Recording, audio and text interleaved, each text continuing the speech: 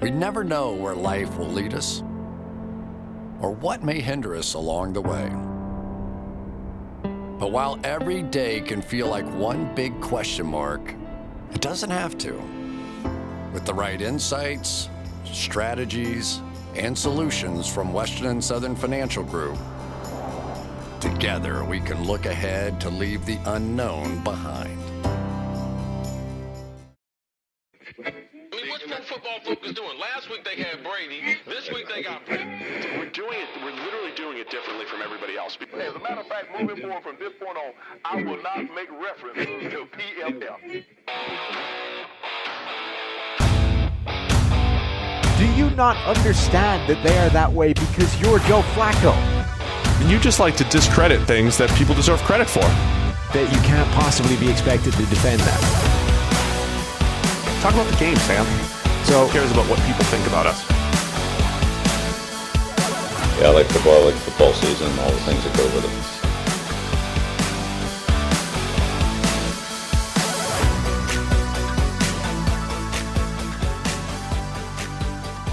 it. Welcome into the PFF NFL Podcast. Steve Palazzolo back here with Sam Monson, talking all things NFL. We're going to talk breakout teams and players, even maybe declining teams and players. We'll see what happens. But we're going to, get into some superlative type stuff on the show. But before we get into it, let's discuss the charity drive we've got going on. Let's turn Sam into minor league Steve. All for the Make-A-Wish Foundation of the tri-state area. Yes, it's my pinned tweet. So if you go to Twitter, at PFF_Sam, there's a GoFundMe set up. We're trying to raise $1,500 for the Make-A-Wish Foundation. If we raise that, I will do a show of the PFF NFL Podcast dressed up in your old minor league baseball crap. It's going to be great. I got to be several X's too large. I have to dig out my my big league pants. Big league pants. They're big league pants, not the minor league stuff. The big league spring training pants, because I was never, in the big leagues. Actually there. But I'll get you the big league pants. Okay. Jacket, the glove. You supply the wig and the mustache. The wig and the mustache, yeah. I could see. I was Googling a photo of like what your mustache looked like. What style we're going for here. It's because of that rule. It's like straight across. It's the most ridiculous mustache. Yeah. It's not even like a good stash that you could pull off. Did you look at my portrait photo or the I just baseball Googled card? your name and looked for a photo with a stash on it. Because the one with the portrait, we were coming out of spring training, and because we were in the sun all day, the part of my mustache right under my nose was really dark, but out here was really light. So when we did our photos for the Fresno Grizzlies that year, the photographer photoshopped it a little bit to color. He just darkens the color across the board, so it was more consistent and stronger. No, my problem with it was that because of this line, it just runs like this. Oh, it does. Yeah, there's no. So there's not you can't. No below the lip. If you're going to rock an unironic mustache in today's world, there has to be some kind of downturn at the sides, right? It has to. I'm not talking like full Fu Manchu, but there's got to be like a little bit of downward action there. Yours is just straight across. Push broom. It's ridiculous. Straight push broom. Right, that's exactly what it is. Yeah. That's pretty hateful. Well, it's what you're going to have to do. Apparently. Right. So go check it out at PFF_Sam. It's his pinned tweet. And doing it all for charity again, which is going to be great. So hopefully that show, what we really should do is do a little quick training camp tour and maybe do that show on the road. So you got to travel around. Excuse me? I'm sitting in this chair and I'm not moving. Maybe next year. Maybe next year when we take the charity drive to the next level. With like a belt cinching up the big league pants that are 8 sizes too big. That's not happening. Yeah, big league pants. Can't wait. All right, so we asked for some suggestions on shows. I should reference who sent this to us. I'll check out the tweet. But we had somebody send us a bulleted list of things we should cover, and I thought it made sense for a good show. Teams poised to make the biggest leaps, biggest drops, dark horse MVP candidates. It was Dean Leong. Oh, Dean. So Dean's gonna. We'll see what he has for PFF subscriptions. Can be our listener of the week. You want to do that? I think so. You want to have a listener of the if week? He's going to give us, 5 potential topics for a podcast, I think that deserves some kind of listener of the week. Let's do that. Let's get the listeners involved as much as possible here. So we'll have a little listener of the week, And I think we keep this open-ended. The listener of the week doesn't necessarily have to give us the right topic or email. It's just, whatever we think. Whatever we think you've done to earn it. Yeah. You can get listener of the week. You can either send us topics that make for good podcast content. You can send us interesting emails that are funny stories. Like, do you remember the dude that sent us the Kirk Cousins analogy? That was a good one. That guy would have won. Oh, somebody asked us for our address, and I didn't respond to him. I did. I sent him. You did it? Yeah. Okay. You sent it here, right? Not your house? Yes. God, no. Yeah. There might be that big box of crap that's sitting out there next to Mark's office. Who knows? Oh, we should check Probably that out. already arrived. We should check that out. Yeah, depending on what's in that, he might be listener of the week for the next show. Right. If you're sending us nice things, you might win listener of the week. If you're sending us like hate mail or bomb threats, then less so. By the way, speaking of like listener feedback. Speaking of bomb threats.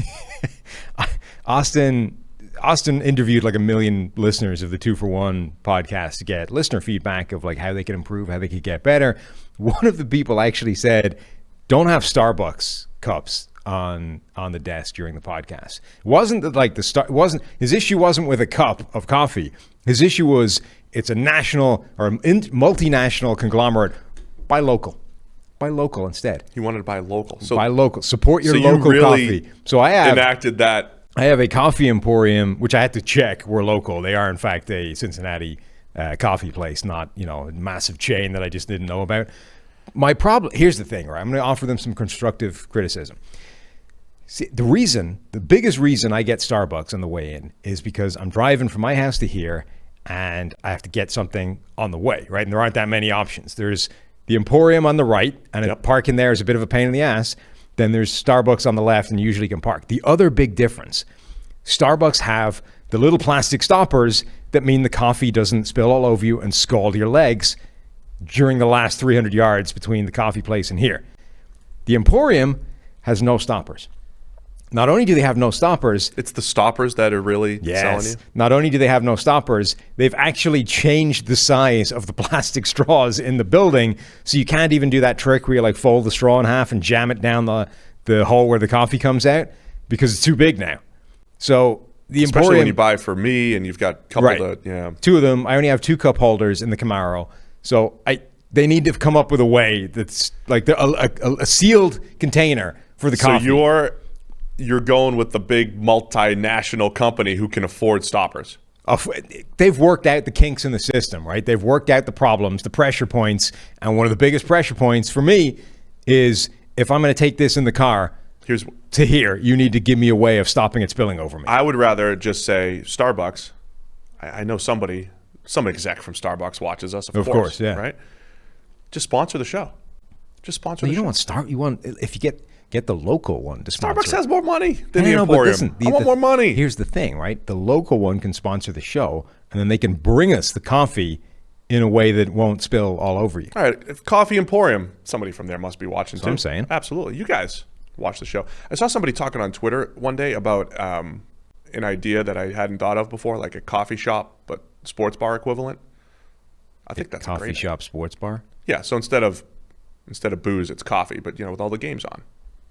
My old self is attracted to that idea. Huh. Would that ever catch on? I don't think so. Oh, okay. So when I was Googling their website, though, they made a big thing about partnering with some company called Steep to create basically coffee tea bags.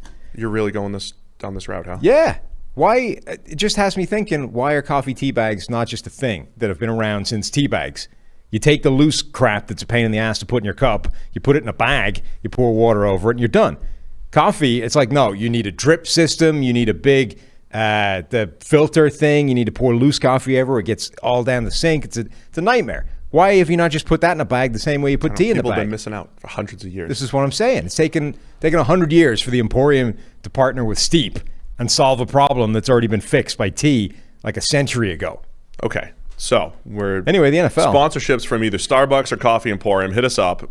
NFL Podcast at PFF.com. Yeah. Or if you have a big multinational company that wants to sponsor the podcast. Local. Or local company. Was the feedback. Does it have to be local to Cincinnati or just local to anyone? Like, can we take a local North Reading, Massachusetts brand? Well, if they want to ferry the coffee here. Ryer's store. If you're from Ryer's store, the little general store in North Reading, and you want to sponsor local. I mean, I don't know if it's going to be in great shape by the time it arrives. Oh, yeah, it won't.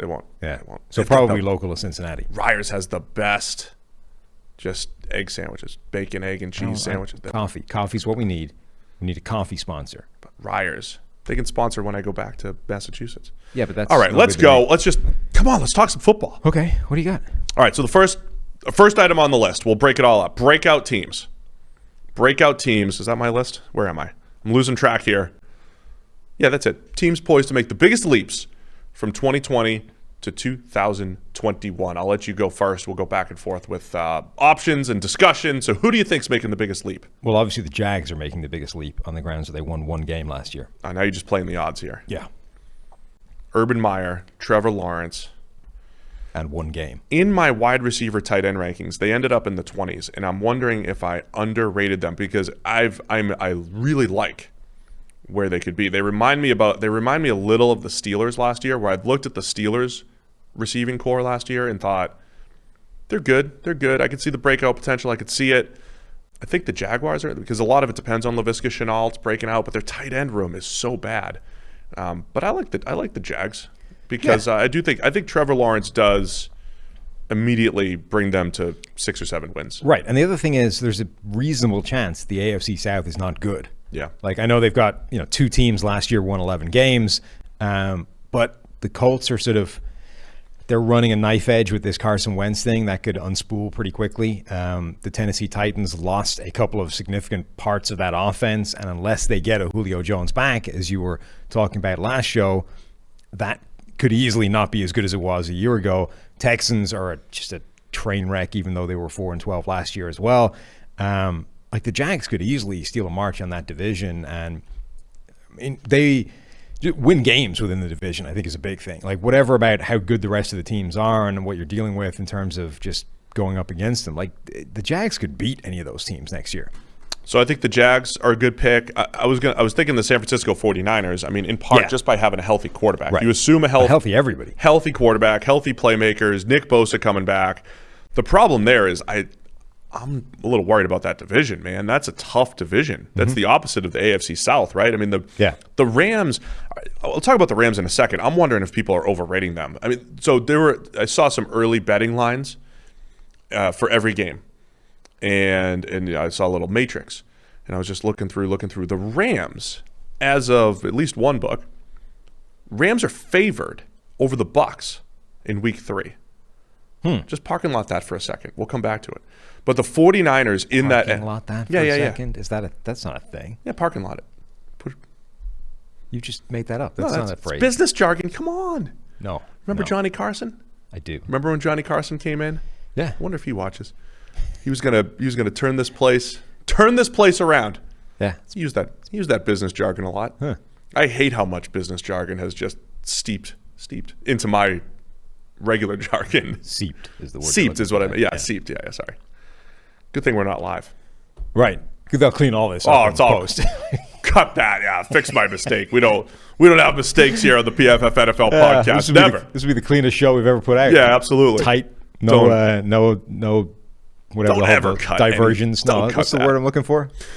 It doesn't matter. Digressions. There you go. We can't find any words right now. Well, that's all split out as well. So that's perfect. Digressions. Perfect. So the 49ers were 6-10 last year. They should be a better football team. But even last year, it's like their point differential -14. Like they were still, I mean, they're playing like an 8-8 type of team, with Jimmy Garoppolo only playing a handful of games. And receivers are back. Nick Bosa's back, as we said. But the Rams, they're really good, no matter what Vegas thinks about them. The Seahawks are really good. And the Cardinals, potentially really good. So that division's tough. But I like the Niners. They're a year removed from being a Super Bowl team. I thought they overachieved in 2019. They underachieved in 2020. They'll converge somewhere in the middle with 9 or 10 wins this year. They were just an absolutely destroyed team in terms of injuries. So you give them their receivers healthy for the year, as opposed to dealing with one guy healthy for most of the year.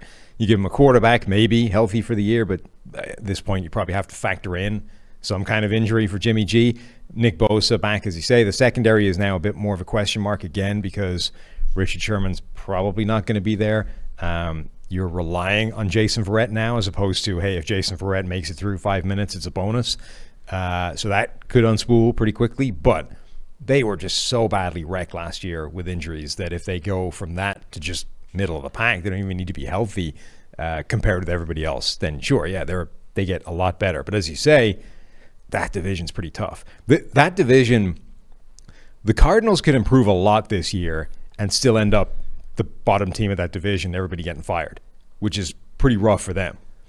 Yeah, one of our emailers said that if it's a zero-sum game, right? And I think his basic premise is we're going to spend this whole offseason, and if you look at our analysis of the 32 teams, we're probably somewhat optimistic about 25 to 30 of them, right? Like, oh, this team got better and they improved here and they added this and added that, but clearly that's not the reality, because every game it's either a win or a loss for the most part. So the Cardinals are that team, right? It's like, well, Kyler Murray's in year 3.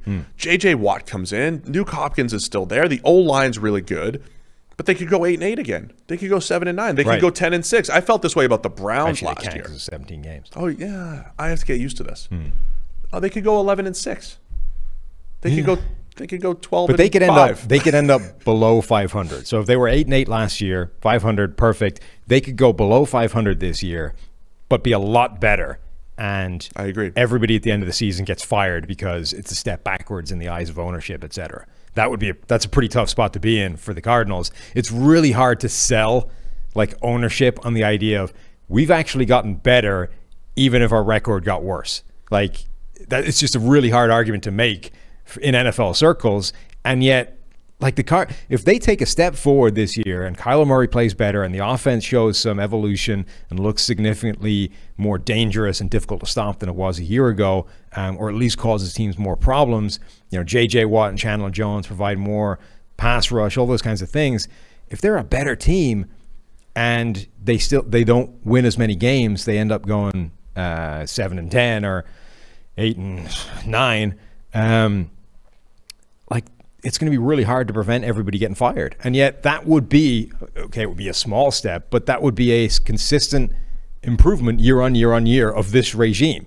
Like, if you sort of look at it in the totality of what they've done since Kingsbury and Kyler Murray came on, they would be taking steps forward the whole way, and yet you would almost chop the head off it because they didn't take a big enough step because everyone else got better. But is there a division where you would legitimately not be surprised if any of the 4 teams won the division? Seahawks, Rams, Cardinals, or 49ers. I would not be surprised if any of those teams won. There's not another division where you could say that.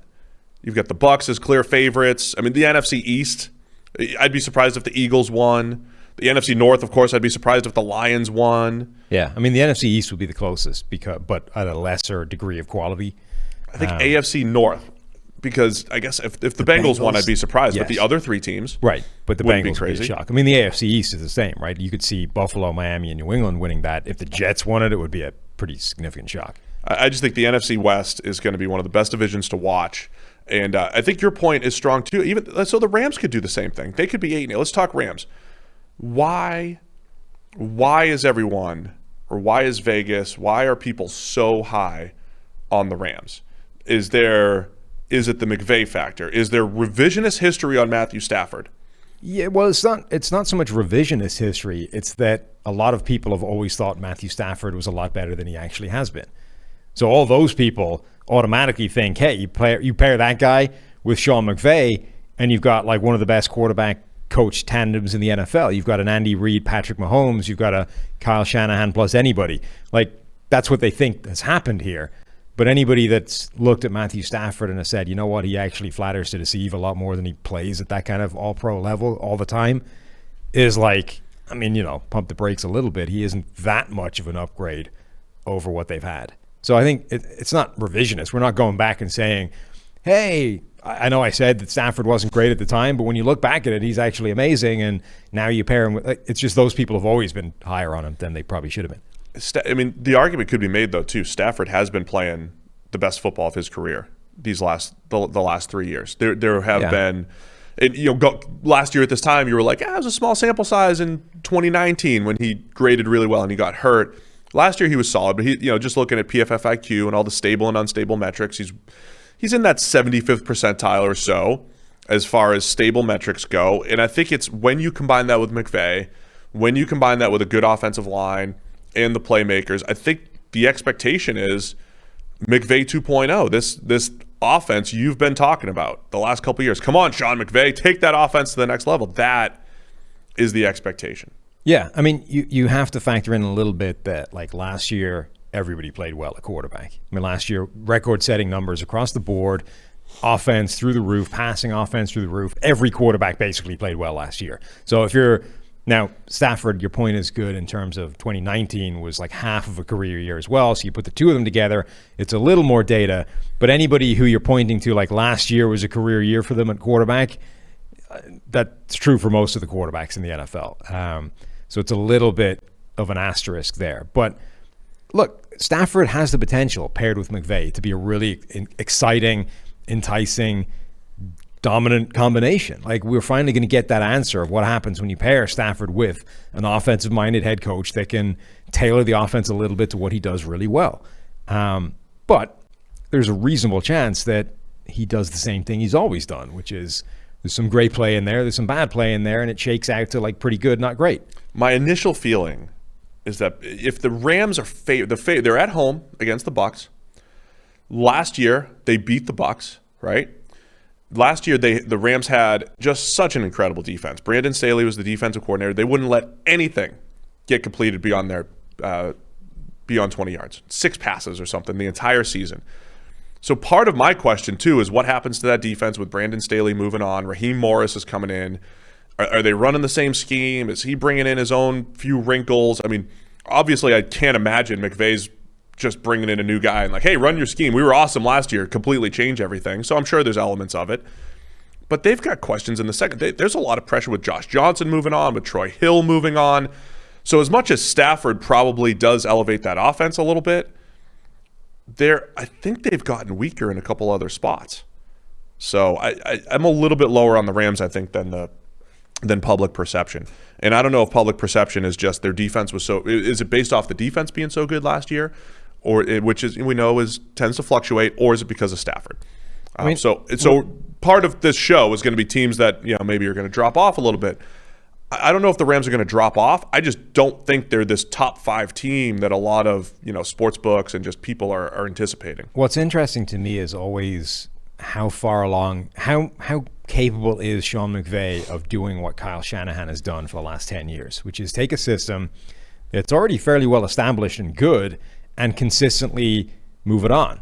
Here's step 1, here's step 2, here's step 3, and we get better and better every year. And okay, you figured out how to take away this thing? Well, we're going to add a new wrinkle that you got to deal with. And every year, Kyle Shanahan's offense gets more and more difficult to cope with, even when he's playing tin cup and getting it done with Nick Mullins at quarterback and CJ Beathard and whatever, right? McVay hasn't done that. He has had a system that was really good right away, and as soon as defenses started to peg it back and figure out how to deal with it, it's leveled off, and he's just about kept pace with the defenses that are taking things away, but he's not winning the arms race with defenses, right? At the moment, it's about a level playing field, and every time a defense comes up with something to slow him down, he just about figures out a way of maintaining that. But like if Matthew Stafford had gone to San Francisco, for example, instead of the Rams, you'd be like, okay, now we're about to see something pretty special. Matthew Stafford with Kyle Shanahan, now you're going to see some fireworks. But Stafford with McVay, you're like, I mean, all right, it's better than Jared Goff, but are you really confident in McVay like elevating Stafford to this plane that he's never been at before? It's a fair point, because what we have with Kyle Shanahan is many data points. And many different quarterbacks.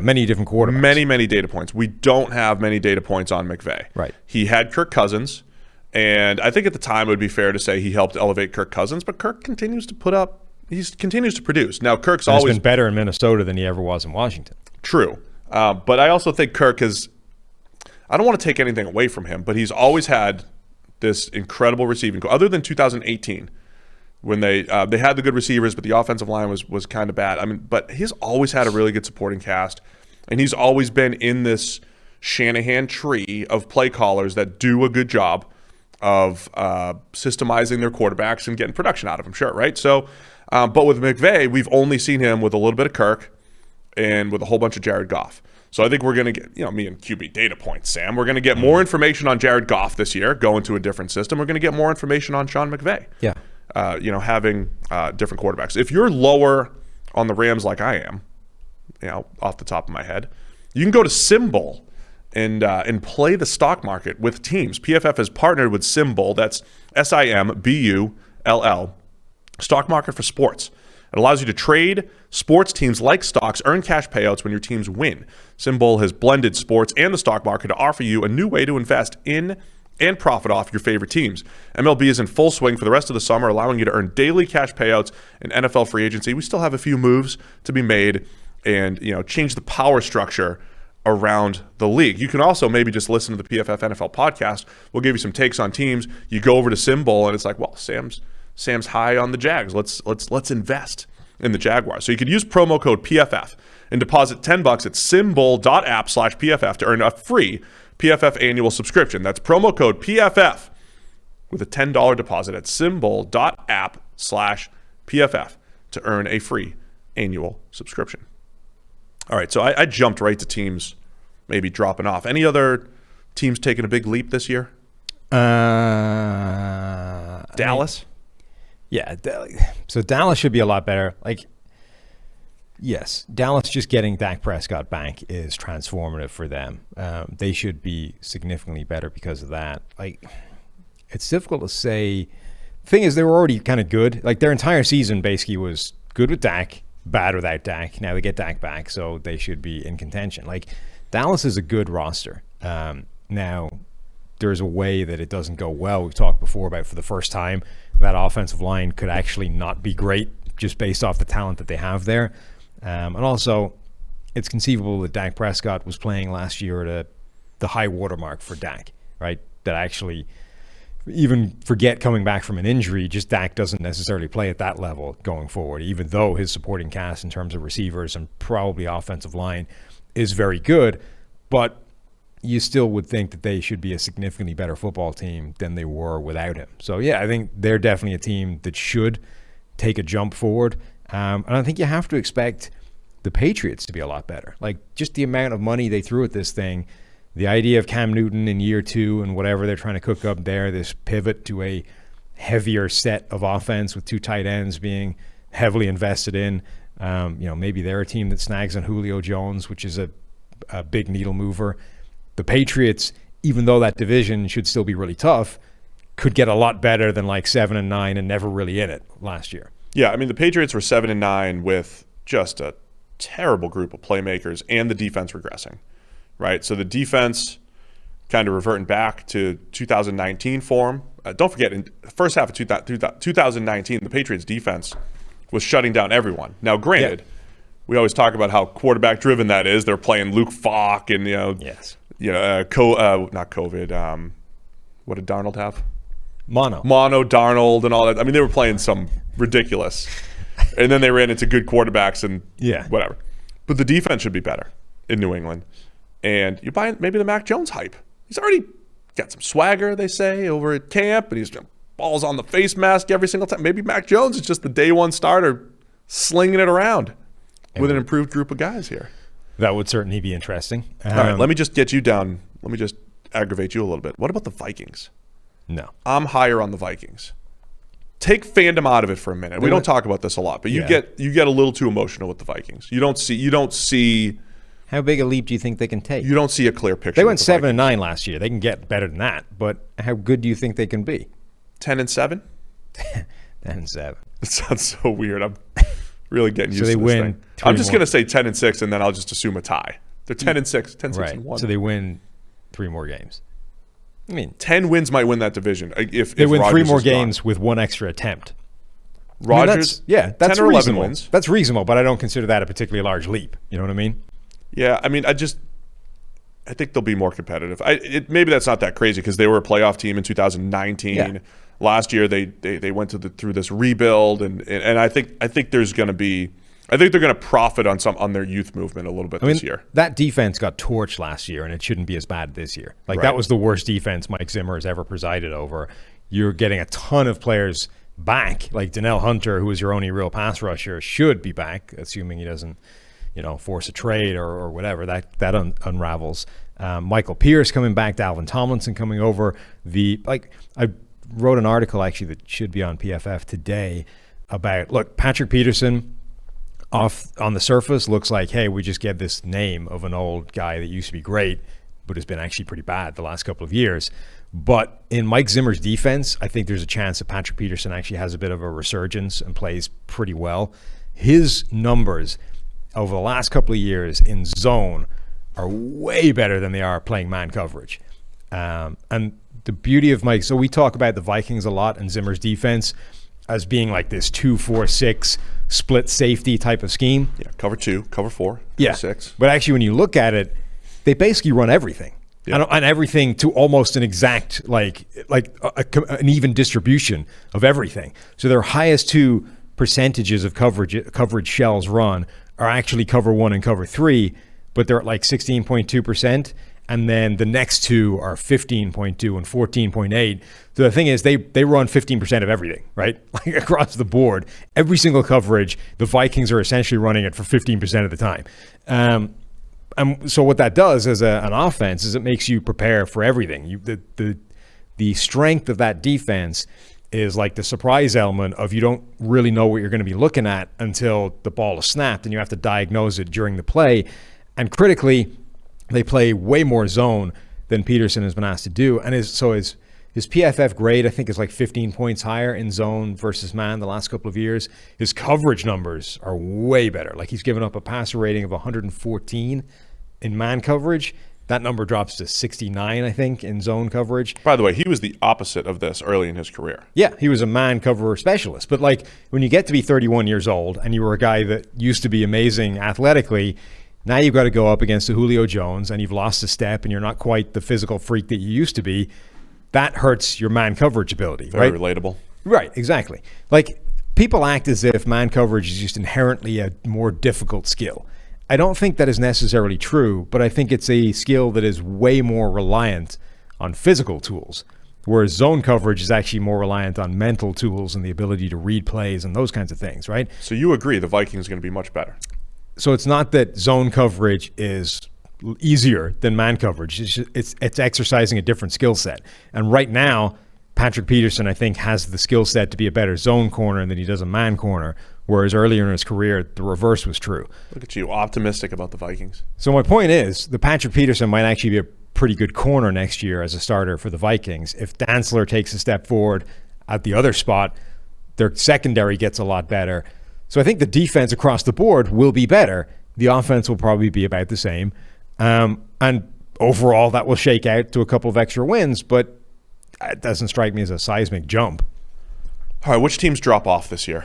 Again, I mentioned the Rams as they're not necessarily this team. They were 10-6. If they go 10-7 or 11-6, this is so weird. I wouldn't be surprised, but But I feel like people think they're 12 or 13 win team. Right now. Yeah. Who's going to drop off this year? Well, the obvious one is if Green Bay doesn't have Aaron Rodgers, they're boned. Yeah, they were 13-3. Yeah, they're not, and 13-3 the year before. They're not going 13. Well, they're not going 13-3 anyway. They won't go 13-3. They're not winning 13 games without Aaron Rodgers. Right. So there's the Rodgers factor. Do you think they drop off regardless? So there's two ways of looking at the last two 13-win teams for the Packers, right? We said they didn't play that well in 2019. Last year they did. They dominated offensively. It was old school Rodgers, but we've talked on here too. There's got to be some regression from Rodgers having that incredible grade. Not just that. So, yes, I think people suffer a lot from recency bias just generally. Like Yeah. When I did the safety rankings, one of the biggest things that people were upset about was we had Jesse Bates, who was our number one graded coverage safety last year. We had him in the top 10 somewhere, right? Not one, like lower in the top 10. I think it was 7 or 8. And point number one, unlike some other positions, there's actually a load of really good safeties. And you get 10 deep easily, and you're still talking about like Pro Bowlers and All Pros and like high-end quality players. You get 15 deep, and you're still talking about very good football players. Whereas, guard, you're 15 deep, you're talking about guys that you're not even that in love with starting. So being number 7 or 8 on a list of safeties in today's NFL is actually a pretty good place to be. Number 2, Jesse Bates had a 90-plus grade last year. It was the number 1 graded cover safety in the NFL. The year before, he was like 76th. So, 90, now he's 24 years old or whatever. Safety and corner, more than any other position, you have to take multi-year samples. And that's the thing when we're doing these ranking lists, you have to take multi-year samples anyway. But the problem is when you're looking at a player who's like 24 and saying, okay, he was pretty good as a rookie. He was, okay, the next year. And then he took this big leap forward in year 3. He's 24 years old. That's his breakout year. Now he's a superstar. Like, well, okay, maybe. On the other hand, sometimes players have amazing years and the next year they're not as good. So even if you say that that's part of his... You just described Josh Allen? Yeah. You calling Josh Allen to regress? Even if you say that that's part of his natural development curve, you should probably expect him to be worse next year, because it's just... Anybody at that level of extreme, particularly at a position like safety where it swings wildly year to year, it's just a smarter bet. Like if you were given 2 options, will Jesse Bates maintain his grade next year because that was his breakout year at 24 years old, or get worse? Which side would you take? Yeah. Get worse, right? So you expect him to get worse. The Packers, they had 3 players last year have career years, have PFF grades above 90, and were arguably the best player at their respective position. It was Aaron Rodgers, it was Devontae Adams, and it was Jair Alexander. Now, those happen to be the 3 most important positions in the NFL, and you would say, just in the balance of probabilities, again, each one of those 3 is more likely to regress a bit than they are to repeat that year. And if all 3 of them do, that is a massive drop-off just from those 3. I got a question for you. Yes. Has having all of the PFF data and studying it the way we have and the way our colleagues have through the years, has that, tainted's not the right word, but has it changed the way you are analyzing that? Because say 10 years ago. Absolutely. 10 years, so let's not blame the people who say that's a breakout year, right? Jair Alexander is a perfect example. He, like Jesse Bates, Jair Alexander, if before PFF, pre-PFF, you would be looking at that and you're saying, well, it's his breakout year. Now he's a 90-plus player. You would have said the same thing, right? I would have said the same thing. Yeah, exactly. You would be saying that was his breakout year. Now he's the best corner in the NFL going forward. Now he's one of them. He will be one of the better corners in the NFL going forward. But next year, Jair Alexander might grade at 85 instead of 90. He might grade at 80. And it would be that's a colossal drop-off in terms of the impact he's making down to down, but is just within the belt. That's how. And just to be clear, this is different by position. Yes. Right. As much as we talk about, the forecast guys joke, they joke. The defense doesn't matter. They're trying to make a point. Their point is, offense dictates how well the defense is going to play a lot, and that's especially true at receiver and corner. And the grading is grading production. Your production's going to fluctuate from year to year just more at corner or at safety than it will other positions. Mm-hmm. The data has also pointed how many times have I talked about year 3 breakout offensive linemen, right? So it's in one hand we're like, well, Jesse Bates had the year 3 breakout, but breakout age and rate and all that stuff is different at safety from offensive line, where we've seen many offensive linemen, Eric Fisher and Donovan Smith, guys who legitimately get better every year. So I think to me, that's one of the more interesting things about football, right? The people who are anti-analytics or anti-numbers are like, well, there's too many moving parts and you can't quantify it. And sure, there's a lot of stuff out there. But I think what you're able to do is to say, if you're looking at quarterbacks, my famous phrase is it's not Madden progression. They don't just get better every year. They tend to fluctuate a little bit. Supporting cast matters.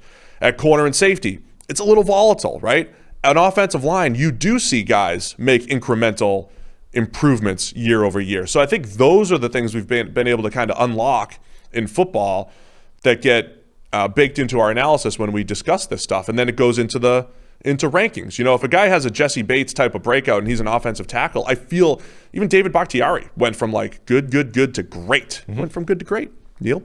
And he stuck at great, right? I mean, that stuff happens more, say, in the trenches than it does out on the perimeter. Yeah, and even within the 3 players that we mentioned, I think there are varying degrees of confidence you would have in each one of those guys backing up that 90 grade season. But my point generally is that the 3 most important players on your roster had career years that are probably not going to be repeated to the same degree next year. Now, you might see one of the guys drop off by 3 points, grading points, one of the guys drop off by 5, one of the guys drop off by 10 to 15, but collectively, that's like a 20-point grade drop of your 3 most important positions even if you assume Rodgers is back. So, yeah, whether or not they have Rodgers, it's going to be really hard for them to repeat what they did. And if they don't have him, that's not good. Other drop-off teams. I think the Titans are a Julio away from not being on this list. I'm concerned about the Titans without Julio. Mentioned that on the last show. That group of pass catchers beyond A.J. Brown. And look, maybe they have stumbled upon this run game and play action, and maybe Josh Reynolds replaces Corey Davis's production because he's running all these wide open, intermediate routes and on play action, and Tannehill has actually become this 90-plus quarterback. But I think there's still potential for Tannehill regression, fewer dudes, fewer Corey Davises out there. Unless Julio's over there, I'm worried about the Titans repeating at 11 wins. Yeah, the fact that division is not strong is going to be a help. Like them and the Colts won 11 games last year. Again, we don't know if the Colts are going to repeat. Like Tennessee could be worse, and they're the opposite of the Cardinals, right? They could actually be worse and end up with the same number of wins and think everything is rosy. Like they could drop off significantly on offense, but if everybody else stays bad in that division, it won't matter. And they could still roll. The one team that's the most obvious one is Pittsburgh. Like PFF as an entity has been crapping all over the Steelers since like the middle of last season when they were the last undefeated team in the league. They finished the season like 1-4. Everything was dropping off. Again, if you're talking about regression, their defense last year was phenomenally good. Like incredible pressure rate, incredible performance across the board. It dropped off late in the season. And that's when things started to completely unravel for them. The defense probably won't be as good this year. Like, I'm not saying that Bud Dupree is this massive loss, but things did tail off when Bud Dupree wasn't in the lineup. I don't think that the defense is set up to be as good as it was a year ago. I think you have to expect regression there. If Roethlisberger can't play a lot better this year than he did last year, the Steelers are going to, because, Baltimore is still going to be really good. Cleveland got better. Cincinnati got better. The Steelers are in a tough spot to win. They won 12 games last year. I could see the Steelers going either way. I really think there are years. Again, so much comes down to the quarterback, and I don't want to be lazy with that. But again, if Big Ben has a top 10 caliber season, I wouldn't be surprised. Do you even think he's capable of doing that anymore? Yeah, why? I don't think it's that crazy. I think it's pretty crazy. When was the last time Big Ben had a top 10 caliber year? So in 2018, he didn't. He missed a lot of throws, but the positives were there, right? Like the aggressiveness. So you're telling me you got to go back to 2017? No, 18. But if he plays the way he did in 18, which was a more aggressive downfield style, which was more Jameis-y, it was Carson Palmer-y, I think that's fine. Is it? For the Steelers. Yes. Because I could see Claypool. So this is the thing, right? They have one the rest player. of the roster got worse. Yes. In Pittsburgh. The offensive line, the pass rush, the secondary. The other stuff got worse. But just like Matthew Stafford can kind of like undo the other things that the Rams got worse at, Big Ben being a little bit more aggressive, a lot more aggressive, okay? Not a little, a lot. And Chase Claypool going from flashes of incredible to just a little bit more consistent in year 2. And Deontay Johnson just not dropping 14 balls, only dropping 7, right? Like literally those 3 things. Big Ben's aggressive, Claypool and Deontay Johnson, and Juju kind of being, that third guy. Those guys can bring the Steelers back up and offset the places where they regressed. I'm not saying it's going to directly affect wins, because I think they certainly overachieved winning 12 games last year. The problem with that is Roethlisberger doesn't just need to be more aggressive. He needs to be more aggressive and not have it come with a bunch of bad decisions as well. Like if he goes from just what he was last year, which is like rooted to the bottom of the field in terms of average depth of target and just hyper conservative and never pushing the ball down the field. If he goes from that to Jameis, it doesn't help. Like, okay, it's going to help sometimes. The big plays will be great, but if that comes with the volume of turnover-worthy plays that Jameis brings with it, it isn't going to help because he has one receiver that's capable of like fixing those throws. Claypool is the one guy who you think is, a contested catch, the kind of contested catch potential that can fix the idea of just like YOLO balls deep down the field, Ryan Fitzpatrick style. Like if you give me a quarterback that's just going to put the ball in the air, I'll fix enough of those throws for it to be worthwhile. Claypool last year caught 33% of his contested catches. Now, they were spectacular when he did it, but he wasn't one of the best contested catch receivers in the NFL, and that's the only guy they have that you think is going to do that. And that's all it's all the unstable stuff. Okay, like if but that becomes 50, even if that becomes 50, that's the one guy you have capable of doing that, and that isn't going to do anything for you. The unstable stuff can revert back on their side, which is the drop rate, which was ridiculous for their entire receiving core. It was only ridiculous for Johnson. But as what they have, Big but it was Ben all still had Johnson. the most drops. Yeah, he had 14, but still they had the most. Eric Ebron had a ton. I mean, that's Claypool probably had 4 drops. Juju had 3. It's because Juju was targeted at 0.2 yards. Oh, whatever. They should also just use him. The rest of the receiving core didn't drop a lot of passes. Motion. I just get the vibes. Like, here's a mistake I think that is made. The Packers had a bad offseason last year. As far as making their football team better, they had a bad offseason. But it didn't matter because Aaron Rodgers decided to be elite. Big Ben has been a top 8 quarterback for the majority of his career. And all I'm saying is it still might be in him. This could be his last year, his last run, and he might be terrible. He could be terrible. Data would say he's on the decline. I'm just saying it wouldn't surprise me. Like, it would surprise me if, I don't know, give me another random quarterback became. If Drew Lock became elite, it would surprise me. If Big Ben became a top 10 quarterback, it would not surprise me. I would be very surprised if Big Ben played as an elite. I'm saying top 10 to top 12, whatever. Like, the difference, two of the differences between Roethlisberger now and Aaron Rodgers before the revenge tour is, one, Rodgers had shown zero indication of physical decline. Like, whatever about how well he'd been playing up until last year, he didn't look like he was physically declining. Like, he just looked like he wasn't playing as well. And two, he didn't have what is now being termed a full reconstruction on his elbow. Now, this is apparently full reconstruction. Apparently, usually is a euphemism for Tommy John surgery, but at the UCL. But at the time, it was specifically reported that it was not Tommy John surgery. So nobody actually knows what he had done to his elbow. But he is terming it a full reconstruction on his throwing elbow at 37 years of age. But honestly, I think that's the thing that that's actually more encouraging than discouraging. Is it? Yeah. Second year removed from Tommy John or major surgery, you'd generally be better.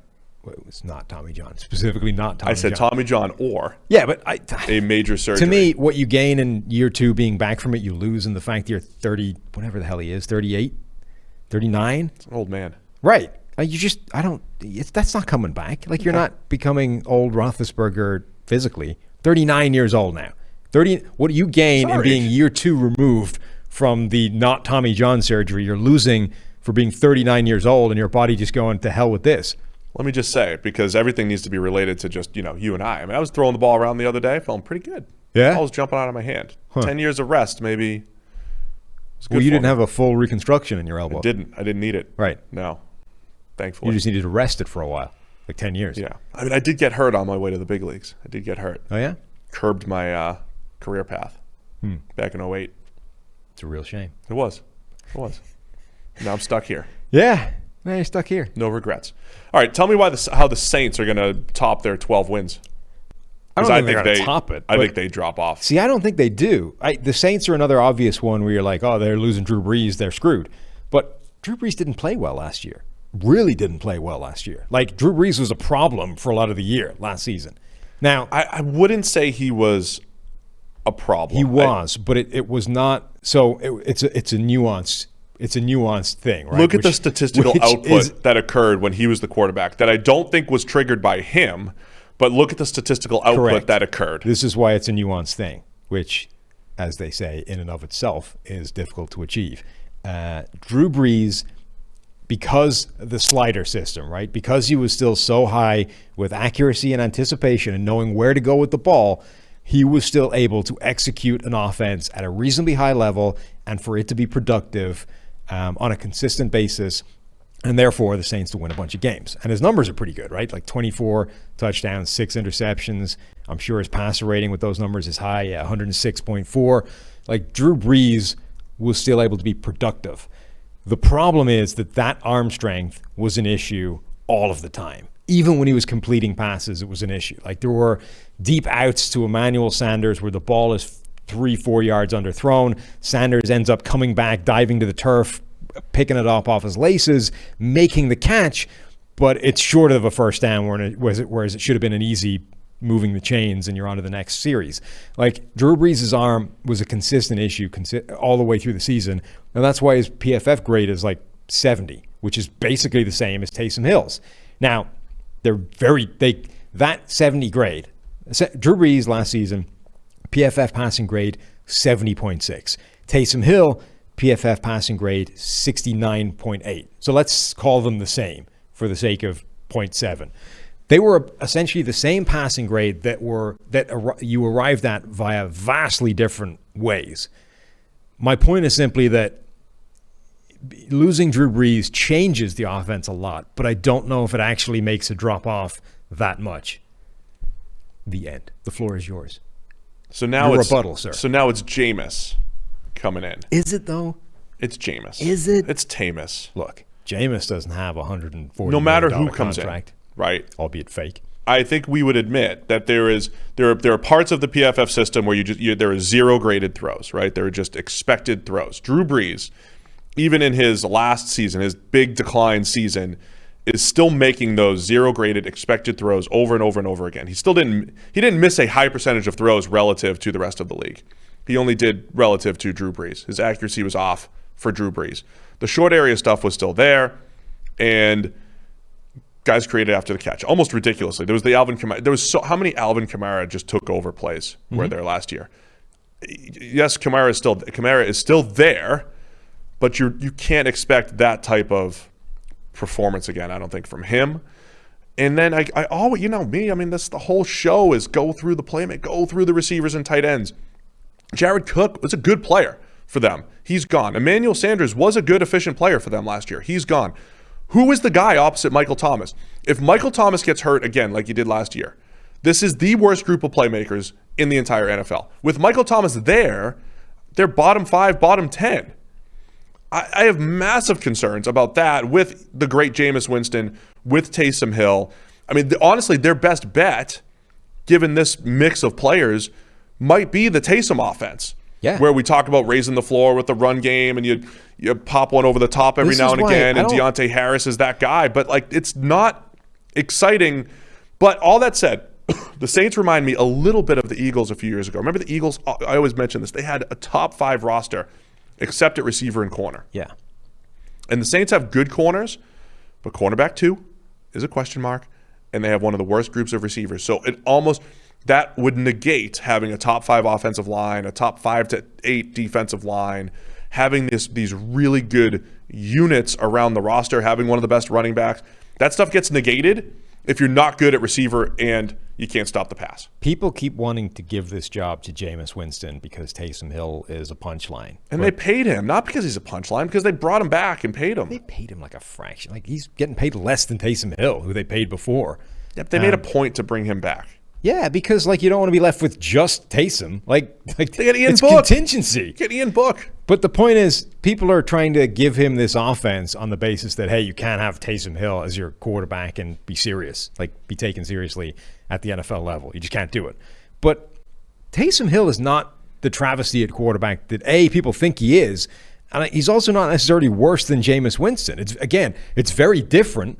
Like, Taysom Hill is actually pretty accurate and pretty efficient underneath. He has one of the worst deep passes I've ever seen from an NFL quarterback. And it's not because he can't get the ball there.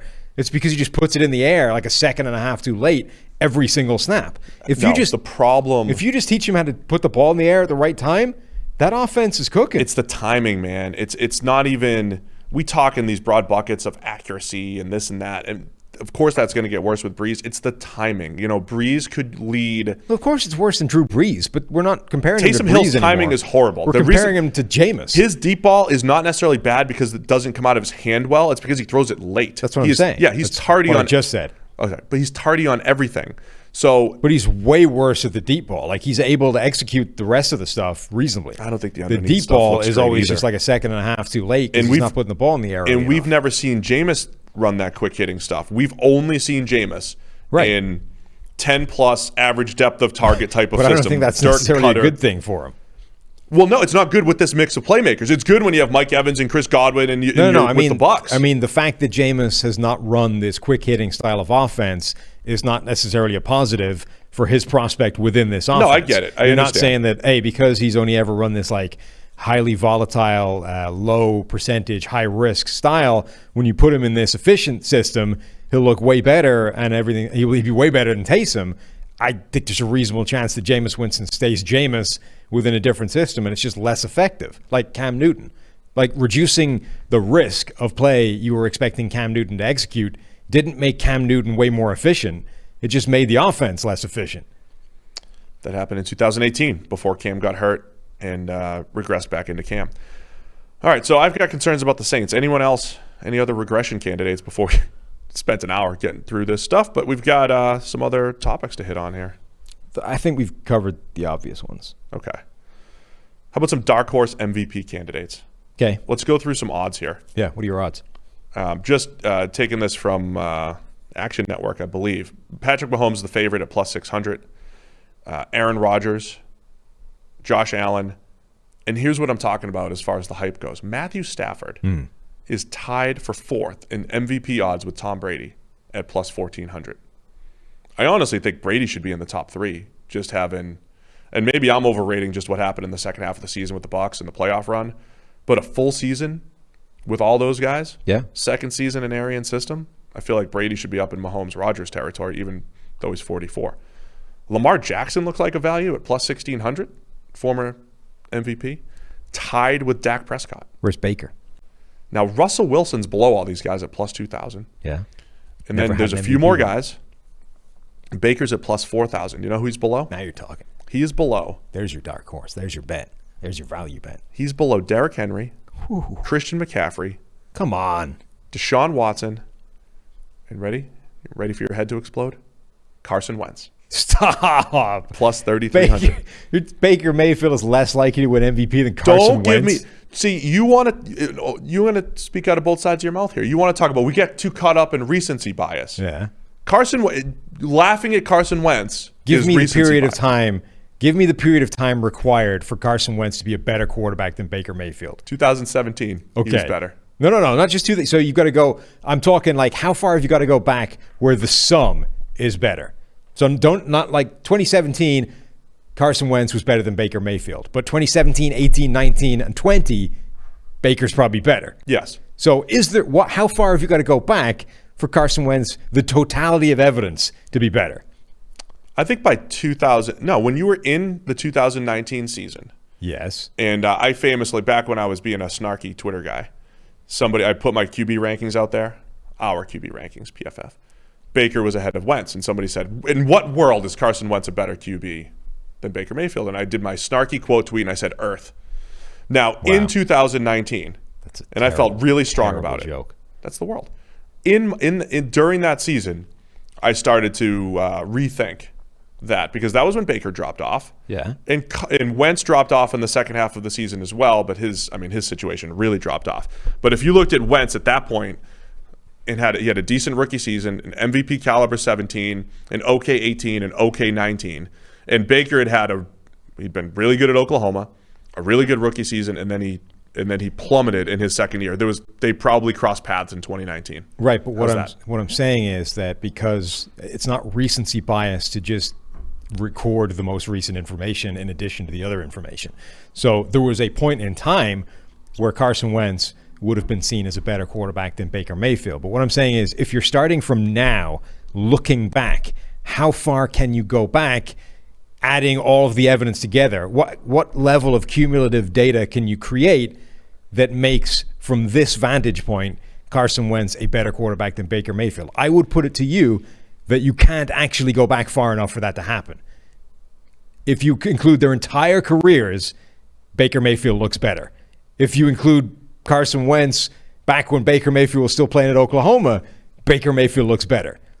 The only way you can make Carson Wentz look better than Baker Mayfield is not is by dismissing what has happened since he was better than Baker Mayfield. which is not recency bias. It's just ignoring data. Carson Wentz has some of that just volatility to him, though, that he can have those high ends. As does Baker. That's why it's making a bet. You're betting on volatility because they're both long shots. What I'm telling you is that you can't. The only way you can craft a scenario where Carson Wentz is better than Baker is if you say 2017 is the only thing that matters. I don't know. How about week 7? By week 7, yes. What were we saying? Let's not forget. By week 7 of last year, Baker had been horrible against the Ravens, just okay in other games, and absolutely disastrous against the Steelers. Week 7 of last year. Now, Carson Wentz was the worst quarterback in the NFL at that point. For the record, their entire careers, Baker Mayfield has a PFF grade of 87. Carson Wentz is 82. They're about 5 points different in passing grade. Now, you're saying since week 7 last year? Okay, let's see. At week 7 last year, Baker was not looking good. Was probably better than Wentz. Probably. I bet his grade jumped from 82 to 87 just since that point overall in his career. Week 7. That's a very specific time frame. Yeah, it is. All right, week 7. Oh, very close. Week 7, Baker Mayfield had a PFF grade of 66.3, which is slightly better than Carson Wentz's 65.2. His passing grade was 5 points higher. I'm not even comparing them, both of them anymore. I'm just saying, let's not, like, Baker had a really good finish to last season, but he was not looking good early last year, and it was coming off that 2019 disaster. It was also the first time the offense he'd been dealing with that offense, and they had no preseason. And he started the season with 2 games in short order against 2 of the best defenses in the NFL. Of course, he played like crap for the first half of the year. I think let's get down every rabbit hole. I didn't read the article, but I saw the headline. This is that's enough. That's how you take in information here in 2021. Mike Sando was writing about, I think offenses are going to regress this year, and I believe his premise, which I believe he hinted at on Twitter, was the crowd factor. Okay. Right? So do you buy into that? Do you buy in Rodgers, who's so good pre-snap? Chris and everybody, a lot of broadcasters mentioned this. You could hear the defensive calls last year. You didn't have to deal with crowd noise. I'm sure that helped a ton. I think it's a way smaller variable than like if they started calling holding again, as opposed to just like do what you like. So you think it was more the refs being more lenient on offensive holding, rather than the fact that Rodgers, I think that was a way bigger part of it than like every now and again Rodgers catches them with a hard count and gets a big play. Yeah. All right, cool. So Baker's plus 4,000. That's a good long shot pick. I was going to say Tannehill's a good long shot pick. He's plus 2,500. He's right there with Justin Herbert. Kyler Murray is tied with Russell Wilson plus 2,000. I think Kyler's a good shot. You get those run pass, the ability to add rushing touchdowns.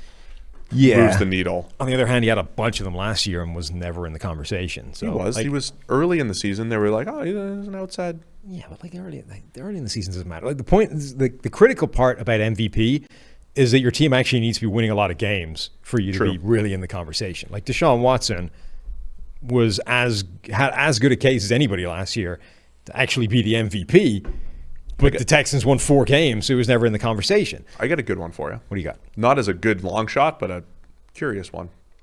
You know who's tied with Baker Mayfield at plus 4,000? Somebody like a cornerback or something. No. Jalen Hurts. Jalen Hurts. Speaking of rushing touchdown. It. That, by the way, is forget the Wentz thing. Baker Mayfield is tied with Jalen Hurts for MVP odds?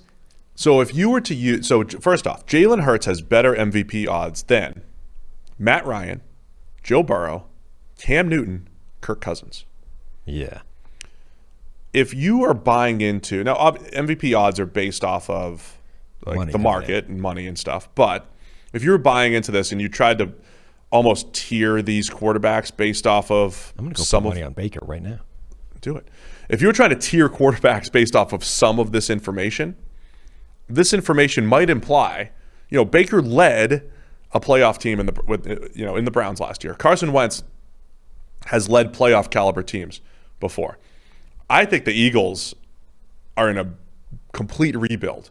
But if Jalen Hurts is this good and has MVP odds and similar to Matt Ryan and Joe Burrow, who we think is good, and Cam Newton, who has been an MVP before, and Kirk Cousins, who's been good, that would imply that maybe the Eagles aren't the 5-win team that they feel like, that they're actually a playoff caliber team. If Jalen Hurts is that good And they could easily be. And he does add that rushing ability and hits open throws like he always showed at Oklahoma and Alabama. Plays with a little better timing. Are we underrating the Eagles? I don't think we're underrating them. I think, look, Jalen Hurts might have one of the widest range of outcomes of any quarterback in the NFL. If he plays at the high end of that range of outcomes, the Eagles are a good team because suddenly you have a quarterback that's a dynamic dual threat nightmare to defend, in addition to, hey, look at that receiving core that suddenly has Devontae Smith, Travis Fulgham. You assume Jalen Reagor probably plays a lot better if he's got a good quarterback throwing him the ball. Like the offense, with the offensive line coming back, the running back, the backfield they have there, that offense will be good. But how likely is that to actually happen? Like Jalen Hurts last year had a grade of 56. He got a ton of hype for like 5 minutes based off not being Carson Wentz. And then actually after a couple of games, it's like, you know what, this Jalen Hurts thing isn't as great as we thought it was. Yeah, he wasn't great. Yeah. And then pointlessly benching him in the last week of the season to get a look at Nate Sudfeld or whatever it was. That wasn't pointless. Of course it was pointless. That earned them the 6th overall pick. Yeah, like what a waste of space that was. That turned into Devontae Smith and another first rounder. Whatever. That was a great move by the Eagles organization. Stop it. What? You, Mr. We don't tank. You can't foster a losing attitude. You want to throw the game in week 17, throw Nate Sudfeld out there. Yeah, you didn't. A game you're probably going to lose anyway. Tanked by the one way. game. You took some heat for a couple days, and then it's like, oh, by the way, we're picking 6th. Yeah. Anyway, my point is that the Jalen Hurts thing, like the gloss came off that pretty freaking quickly once you actually had to see him play. So sure, maybe there's a world that he takes this giant leap forward and you get one of the better quarterbacks in the NFL because of that athleticism and the arm and everything that he could theoretically do. But you've got to ask yourself how likely that is to happen, and I would say not very. Is there an even darker horse candidate? I don't know. How far can you go down? What's your list of? That's all I've got for odds that I copied over.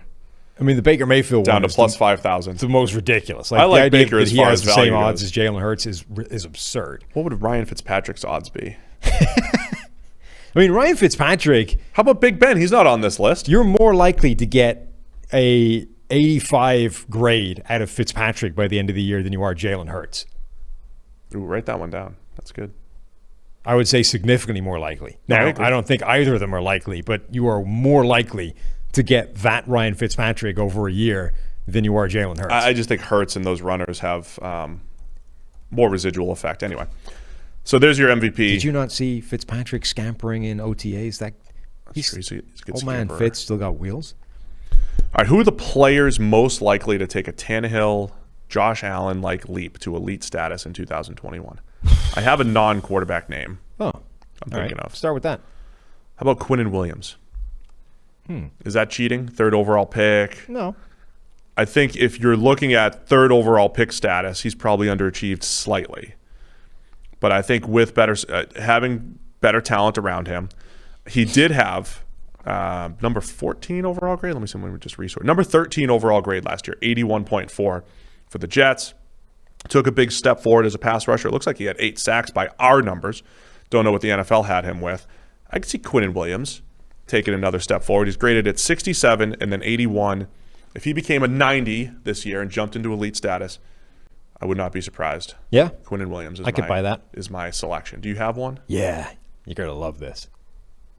Daniel Jones. Really? Daniel Jones. Look, Daniel Jones is taking all manner of crap because last year he had 11 touchdowns and 10 interceptions. I just want... The year before... Hold on. Sorry. I'm not supposed to interrupt you. It's mean. I just want to replay. Can we find what you were saying about Daniel Jones last year at this time? No.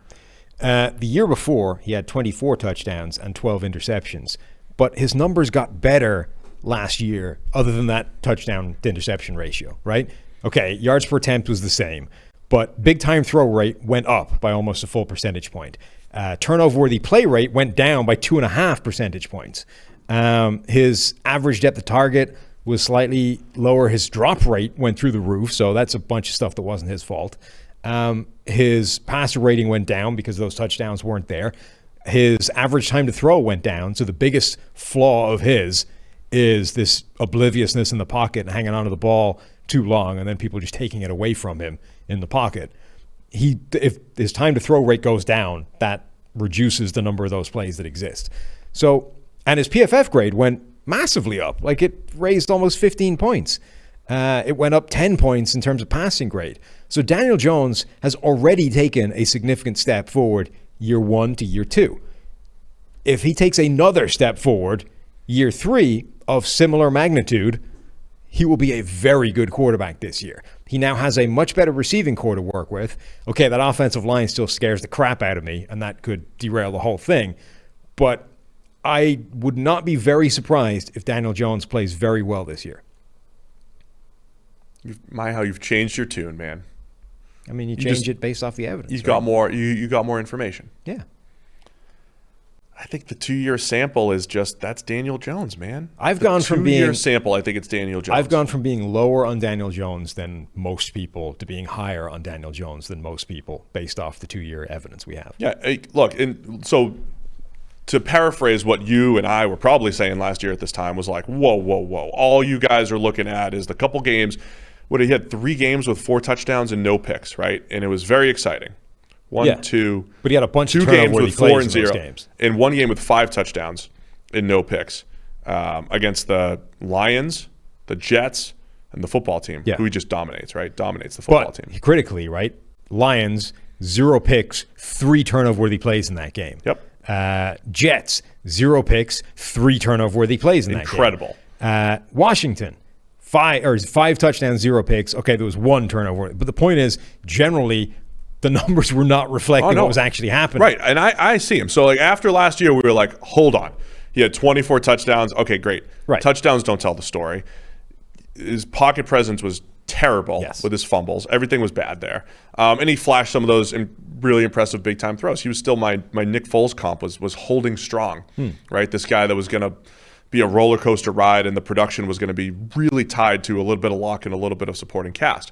Last year, the supporting cast was Darnold-ish. It was bottom 3 in the NFL with the receiver injuries and the offensive line issues, some of which are him, holding onto the ball.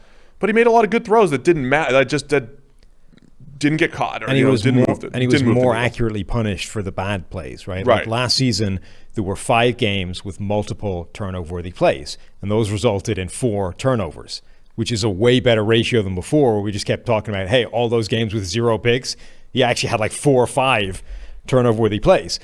So last year, it's a complete swing in perception. It's gone from being like the numbers are actually massively flattering what happened, right? Sometimes you get turnover luck, sometimes you don't.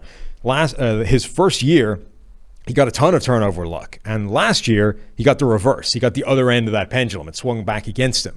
If it just levels out, if it's just in the middle this year, his numbers will immediately be better.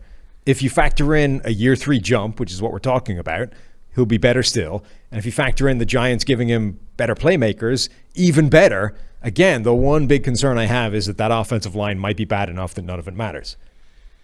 I mean, it's your selection. It's your choice. It's your breakout player. This feels like a bet. Which of our breakout players? No, just the Daniel Jones thing. I will have confidence in my Daniel Jones pick, set a level for like Daniel Jones PFF grade, and then we should bet on it. All right, what's the level? He had a 78.4 last year. So he went up, overall grade, he went up, 13 points? He's got to clear 85. Does that make sense? Oh, I'll take that bet. 85 is pretty high. It's really high. Honestly, I see a scenario where Daniel Jones grades at 75, gets worse, but his 6.6 yards per attempt from each of the last 2 years goes to like 7.5. All right, give me... And he has 25 touchdowns. Give me a Kirk Cousins range. So Kirk Cousins last year was 83.5 with an 80 pass grade. If Daniel Jones is in Kirk Cousins' range, like plus or minus... He's a good runner. So like an 82... Honestly, I think 82 is probably a fair. So 82 was Stafford last year, dead on. 82. Yeah, I don't think Jones gets to Stafford level. Okay, so if we set that benchmark, 82, give me like plus or minus 1 based off like the fluctuations of the year-to-year grading. You know, like last year was high. You know, I have my hand in some quarterback grading, right? Like, so there's... Yeah, well, I mean, I'll have to check with Bruce. Request I'll have to make sure games. that Bruce keeps Oh, no, that's a turnover-worthy play. That's all on Jones. So 82 grade, plus or minus 1 to like factor in, Yeah. you know, how the league fluctuates. And this is what we should do for our Macy's bet. The loser has to wear some absurd item of clothing that comes up from the like clearance sale from Macy's. Yeah. Sure. Nice. This is our bet. So Daniel Jones, 82. Somebody write that down. Where's podcast meme guy? Write that down. Mark it as. I need to put it on a official. calendar for like January 2022. Mark it as official. All right. Daniel Jones, I think he's a 75 quarterback this year. Hater. With better stats. That O-line could still really crush him. Something happening outside there. All right, what else we got here? That was the elite. We both picked an elite player. Okay, which player? Here we go. What do you got? Players most likely to drop from elite status in 2021. You keep going. I'm setting a calendar reminder for Monday, January the 10th, 2022. Well, of course, I was going to say Josh Allen. So you were, I know. I'm just going to let you do that because I don't want any part of Josh Allen hate. I've learned my lesson. Don't want it. You fluctuate back and forth between don't recency bias and trust the data and all that stuff. Wouldn't you be? How much would the first 2 years of Josh Allen's grading actually concern you? Not a ton. I don't think that the first 2 years of Josh Allen is particularly indicative of. So I don't think that's very indicative. He took a step forward last year that was transformative that I don't think you see a regression from. Now, or at least not a regression from, like, you don't cross that threshold and then go back. You cross that threshold and you might take a step back, but you're bookend. You can't go further. So Josh Allen might take a step back next year, but he's not going to go back to being the guy he was before. Oh, I agree with that. I mean, look, Josh Allen has made such good, even in 2019, the overall grade wasn't great, but a lot of that was turnover-worthy play driven. We said, look, up to 20 yards, he's been much better. The deep ball was a train wreck, and we laid out a path where the deep ball gets better because that tends to be unstable and the other stuff remains stable, and boom, there you go. There's your 90.9 grade last year. But remember, I like to think what we thought about last year at this time. Last year at this time, Lamar Jackson was coming off an MVP season. Mm-hmm. He had a 90-plus grade, and it was like, oh, no, he's there, right? Lamar, he showed his accuracy's improved, and the run game component is unstoppable. And, if you put the ball in his hands and he's got to pass a million times, it's not ideal, but Lamar's arrived, right? He's the guy. Well, he graded at 79 last year. Yeah, but we were, even at the time, we were saying, hey, the guy had like a touchdown rate of 8%. That's coming down. Like, statistically, yeah, my thought was, okay, he could still be an 85-plus quarterback, but statistically, he definitely had to regress. He had 37 touchdowns, including the playoffs, on just 460 attempts. That rate is absurd. My question was, like, how much is Lamar Jackson driving the freakish, unique circumstance that he gets to enjoy within that offense? Like, how much is it all built off the fact that he's a unique athlete? Now, I think what we learned last year is that it may all be built off that, but you can undermine it easier than maybe you thought. Like, you start taking away some offensive linemen, you start building in a little bit of teams figuring out the way the offensive passing game is functioning, and you immediately can take away some of the edge that it brings. So my point with Josh Allen here is, if he grades at 80, what's his level that you're surprised? Because you're all in on the Josh Allen train. If he regresses this year and he grades under 90, what level drop is surprising to you? Is it 80? Is it 85? Is it 75? Like, at what point is it like, man, that was unexpected? Probably 80. Like, if he was 80 overall, I would be surprised that it was that quote unquote bad. Okay. I could see him dropping to 80. So I could see, and he's still a good quarterback, and that still has high highs. It's missing a couple more deep balls. It's missing a couple. It's a couple more turnover-worthy plays here and there. So I don't know if this is the obvious answer or the obvious. This isn't Josh Allen hate. Oh, that's what it is. Everyone. It's just, I could see him dropping off because that's what guys do. They fluctuate a little bit. Definitely, unless they're locked into that elite level. So Josh Allen regression. Yeah. Let's see if there's any other players. Is this the year that Tom Brady falls off? Father Time finally catches up to the you should predict that. kick his ass. You see, yesterday was the 7-year anniversary of me saying he was no longer a top 5 quarterback. Oh, man, never forget that day. I'm like 4 or 5 years away from that being dead on. Just, biding my time. The 7-year anniversary. You triggered like the best stretch of quarterback play in NFL history. Yeah. No big deal. I know. Look, Who a lot else of people drops off? get, in other walks of life, people get credit for being ahead of the curve. True. Right? They're just creating a new supersonic jet, and it's the same as Concorde, which they built in like the 1960s. They call it disruption. Right? And they're disruptor. They're now crediting those engineers for being ahead of the curve. I was at least 10 years ahead of the curve for Brady, and I get no credit. None. No respect over there, Sam. Right? That's what I'm saying. How about Xavier Howard? Xavier Howard. All right. It's the volatility of the position. It's the fact that he had 10 picks or 9? 10 picks and 10 pass breakups. So that's absurd. Yeah. So, I mean, that's just historically simple analysis. He won't pick off 10 passes either because teams are afraid of him or just because you just don't have guys throwing you the ball nearly as much. One that will really piss people off? Yes. How long can Derrick Henry sustain this level of like outperforming the blocking in front of him? Yeah. Like what Derrick Henry has done the last couple of years in terms, he leads the NFL in yards after contact per carry. I think it's like 4 point something. He's right up there in broken tackles. Now, okay, he's 6'3", 350 pounds. You kind of expect that, but at some point, that's fairly unsustainable. Like we're reaching a point now where you would expect some kind of downturn not many running backs have been able to consistently outperform the blocking in front of him the way that Derrick Henry has right now, that Nick Chubb has to a degree, although right now that's the best offensive line in the NFL in terms of run blocking, and Dalvin Cook. Now, Dalvin Cook has at least had the decency to be injured a few times off the back of it, but Derrick Henry keeps on trucking, keeps on racking up 4 yards a carry after contact, keeps on breaking tackles at a crazy rate. Do we see at some point Derrick Henry start to become human? I can see that, yeah. Derrick Henry really trying to piss people off.